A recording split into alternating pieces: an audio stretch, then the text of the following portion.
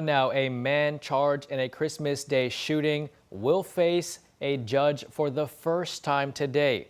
Louisville Metro Police arrested 43-year-old Rogelio Ramirez Camarena yesterday afternoon. He's charged with assault and wanton endangerment after police say he shot a man in the Newburgh neighborhood on Quail Court.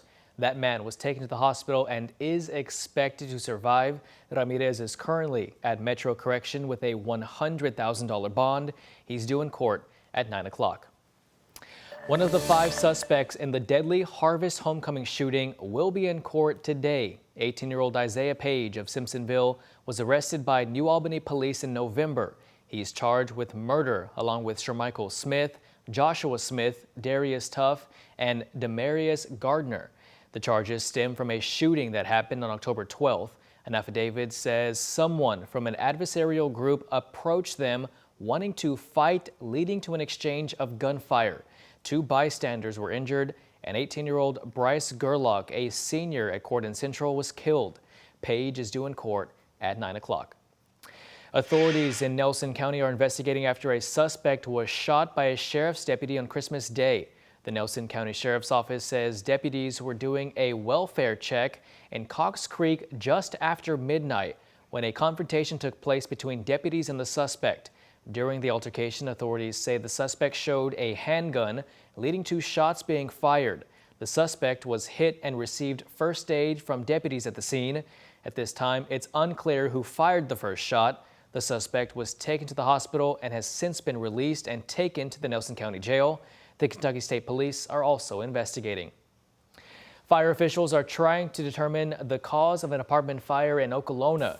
Okolona fire crews were called to a complex on Lips Lane just after 9 o'clock last night. That's off Preston Highway near Fern Valley Road. At this time, there is no information about what caused the fire or if anyone was hurt. A new brewery is taking over a club space on Whiskey Row. With just 2 years under its belt, Social Hall and Club number 15 is closing up shop. Goodwood Brewing tells us it's taking over the retail space, transforming it into a new bar and a 3-bedroom Airbnb. The bar will be in the historic Weller Building downtown, built in the 1880s. Well, this year, political headlines piled up fast. Originally a rematch of the 2020 election, this year's presidential election evolved into a battle between Donald Trump and Vice President Kamala Harris, leading to Trump's comeback victory. ABC's Karen Travers walks us through the nation's changing political landscape. In 2024, the political headlines came fast and furious. It was a political season unlike any other, ending with Donald Trump winning another term in the White House. The race for the White House began as a 2020 rematch, President Biden running for re-election, and Donald Trump fending off more than a dozen Republican challengers in the primaries. A vote for Nikki Haley this Tuesday is a vote for Joe Biden and a Democrat Congress. The Biden campaign pushed for an early debate, aiming to quiet some of the criticisms about the president's age and stamina. That strategy backfired when the president stumbled. Eligible for what I've been able to do with the COVID.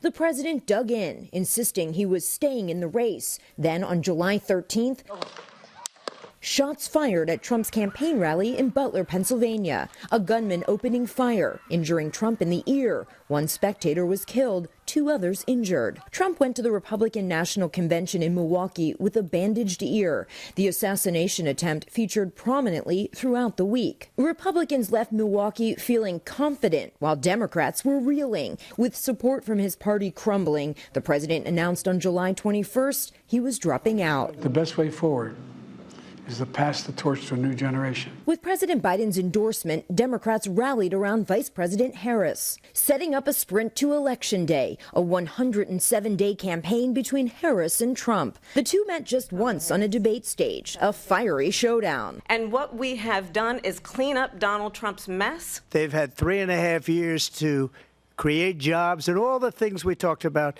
Why hasn't she done it? On election night, Trump earned a decisive win. This will truly be the golden age of America. It was a victory at the ballot box, but over the year, Trump faced setbacks in his legal battles. In May, he was found guilty of 34 felonies of falsifying business records in New York, becoming the first president in American history to be criminally convicted. The former president in January was ordered to pay $83.3 million in damages to E. Jean Carroll, a former Elle magazine columnist, for defaming her in 2019 when he denied her allegation that he sexually abused her in the dressing room of a Manhattan department store in the 1990s. But with Trump's election win, the federal cases pending against him are over. Special counsel Jack Smith last month moved to dismiss the election interference case against Trump and remove him from the classified documents case. President Biden this year using executive action on a major priority. The president in June announcing new asylum restrictions. I'm moving past Republican obstruction and using the executive authorities available to me as president to address the border. That move leading to a significant decline in illegal migration. The Biden administration's foreign policy efforts focused heavily on the Middle East,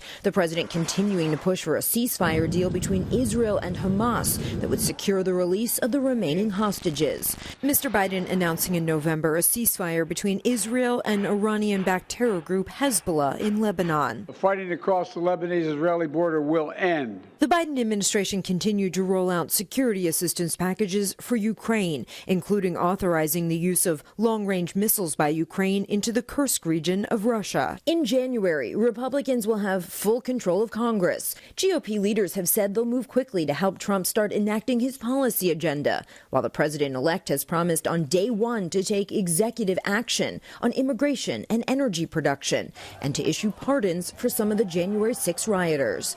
Karen Travers, ABC News, Washington. President-elect Donald Trump will take office on January 20th.